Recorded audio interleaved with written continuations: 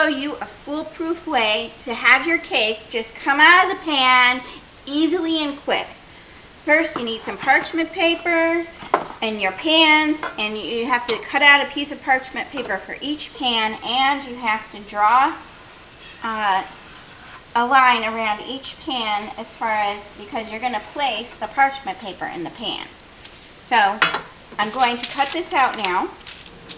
Okay, now most of the time the manufacturers will tell you to grease and flour your pan, which is great. It's great for the recipes. You grease, you flour, and you coat the cake pan so that your cake will come out flawlessly. Will come out of the pan. But I'm going to show you a better method. That method was good. This is better. This is from a teacher I learned from like over 20 years ago. This was her tricks of the trade secret, and I've been using it ever since. And it's very easy. You just make it, and if you're making a large quantity, you just make more. So here I have assembled right now. You take 1 part flour, 1 part shortening, and 1 part oil. Now, since I'm only going to make a small amount right now of cakes, I just did a third, and a third. But again, the recipe, you can increase it. Just make sure it's 1 part of each ingredient. And I will show you, you grease the bottom of your pan with this, and you use parchment paper, and I'll show you that. And this works marvelously for having your cake come out of the pan beautifully every time. I'm going to incorporate these ingredients right now over at the mixer. Okay, now I'm going to just mix all the ingredients together.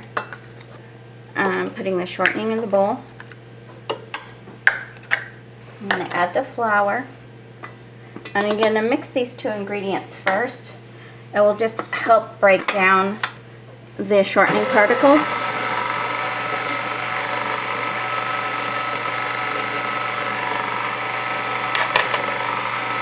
And I'm going to speed it up a little bit.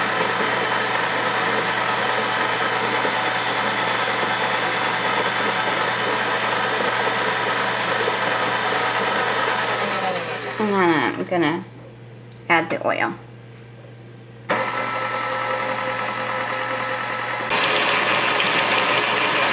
Now most of the mixture is getting smoother, and we've been beating it probably for a couple minutes now.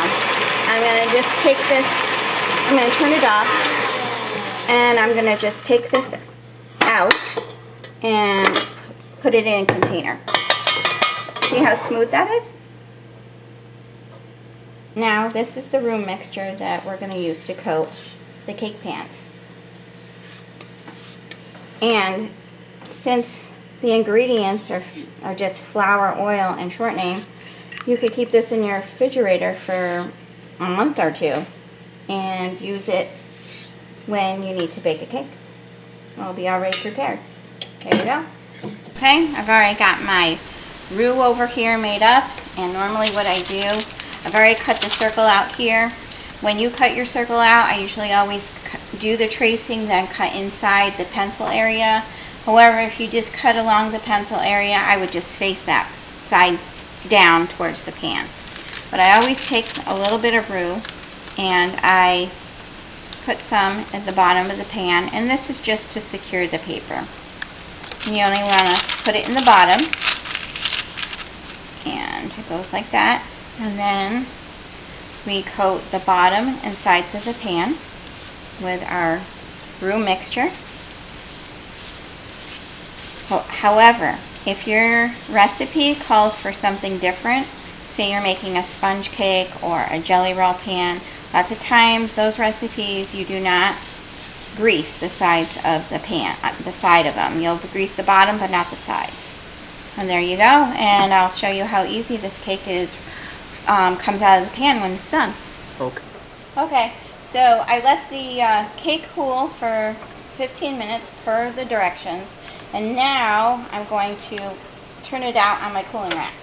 Also, if there's any cake that's on the edge, because if by chance you do not get to the top and you accidentally forget to coat it with the roux, you can always, gently go around it with a knife to loosen it up.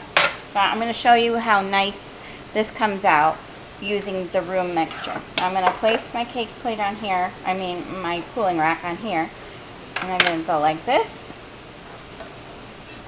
Ta-da! And you just take this off, and there you go.